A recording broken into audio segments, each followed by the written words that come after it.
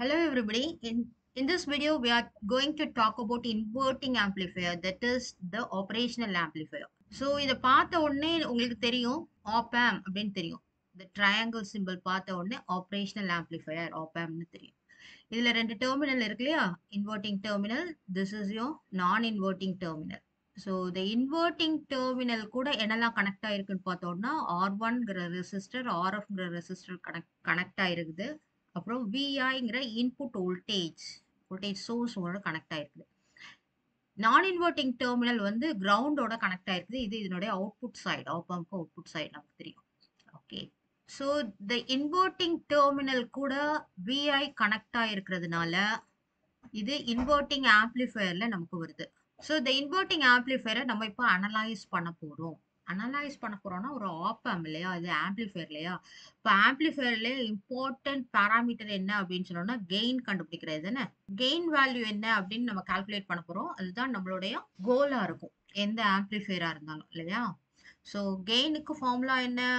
A equal to output voltage by input voltage V0 by VI. So இது வந்து close loop, close loop, அதனால ஏசிஎல்னு போட்டுக்கோம். Close லூப்னா என்ன? Feedback பார்த்து இருக்கு இல்லையா, இந்த அவுட்புட் சைட்ல இருந்து இந்த பக்கம் இருக்கிற இன்புட் சைடுக்கு ஒரு ஃபீட்பேக் ரெசிஸ்டன்ஸ் வந்திருக்குது. ஸோ அதனால ஏசிஎல் சொல்றோம். So ACL is equal to output voltage divided by input voltage. இந்த ஃபார்மட்ல நமக்கு கிடைக்கணும். கிடைச்சுன்னா அதுதான் நம்மளுடைய கெயின் ஃபார்முலா. ஓகே, இந்த கெயின் ஃபார்முலா என்ன அப்படின்னு முதல்ல நம்ம சொல்லிடுறோம். அதுக்கப்புறம் நம்ம டிரைவ் பண்ணலாம், சரியா, அனலைஸ் பண்ணி கண்டுபிடிக்கலாம். இது என்னவா இருக்கும் அப்படின்னு சொன்னோம்னா V0 by VI is equal to minus RF by R1. So just it depends on these two resistors alone. வேற எதுவுமே கிடையாது. இது இன்வெர்ட்டிங் ஆம்ப்ளிஃபயர்ல கனெக்ட் பண்ணி இன்வெர்ட்டிங் டெர்மினல்ல கனெக்ட் ஆயிருக்கனால இந்த மைனஸ் சைன், அவ்வளவுதான். So the closed loop gain of this inverting amplifier is equal to V0 by VI, that is equal to minus RF by R1. So இது எப்படி கண்டுபிடிக்கிறது? பொதுவாகவே எந்த ஆப்ரேஷனல் ஆம்ப்ளிஃபயர் அனலைஸ் பண்ணனாலும் Kirchhoff's கரண்ட்லாம் employ பண்ணுங்க. KCL தான் அப்ளை பண்றோம், சரியா. அது அப்ளை பண்ணாலே most of the op amp circuit நம்ம சால்வ் பண்ணிக்கலாம்.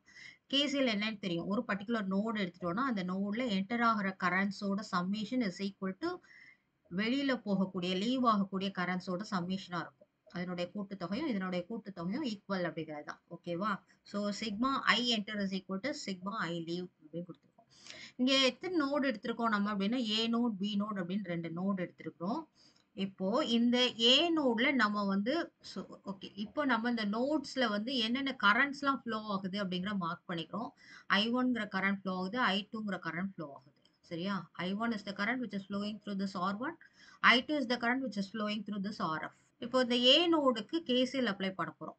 ஸோ என்னென்ன கரண்ட்ஸ் என்டர் ஆகுது உள்ள அப்படின்னு பார்த்தோம்னா I1ங்கிற கரண்ட் என்டர் ஆகுது. ரெண்டு கரண்ட் தான் மொத்தமே இந்த நோட்ல, I1 current, I2 current. I1 current entering current இது.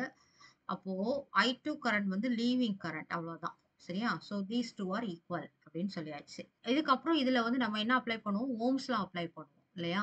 ஸோ ஓம்ஸ்ல அப்ளை பண்றேன்னா என்ன அர்த்தம்? Potential difference divided by resistor வேல்யூன்னு போடணும். அப்போ இந்த I1 கரண்ட் எங்க ஸ்டார்ட் ஆகுதுன்னா இங்க ஸ்டார்ட் ஆகி இங்க எண்ட் ஆகும். ஓகே, ஸோ என்ட்ரிங் பாயிண்ட்ல நமக்கு வந்து VIங்கிற பொட்டன்ஷியல் இருக்கும். இதுல என்ன பொட்டன்ஷியல் இருக்கும்? VAங்கிற பொட்டன்ஷியல் இருக்கும். அதனால V write it as VI minus VA divided by R1.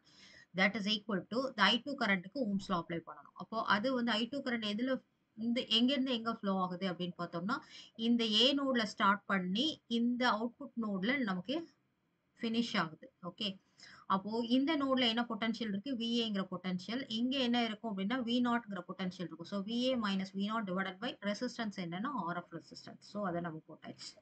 இதுல வந்து நமக்கு என்ன தெரியணும் அப்படின்னா வர்ச்சுவல் கிரவுண்ட் கான்செப்ட் நமக்கு தெரியணும். ஸோ இந்த பிளஸ் டெர்மினல் இருக்கு இல்லையா, பிளஸ் டெர்மினல் வந்து கிரவுண்ட் ஆயிருக்கு. ஸோ இது கிரவுண்ட் ஆயிடுச்சு அப்படின்னு சொன்னோம்னா ஆட்டோமேட்டிக்கா இந்த பொட்டன்ஷியலும் கிரவுண்டடா தான் ஆக்ட் பண்ணும். அதான் நம்ம வர்ச்சுவல் கிரவுண்ட்னு சொல்லுவோம். இது கிரவுண்ட்னா இதுவும் ground, because VD is equal to 0 அப்படிங்கிற ஒரு கான்செப்ட் நமக்கு தெரியும்.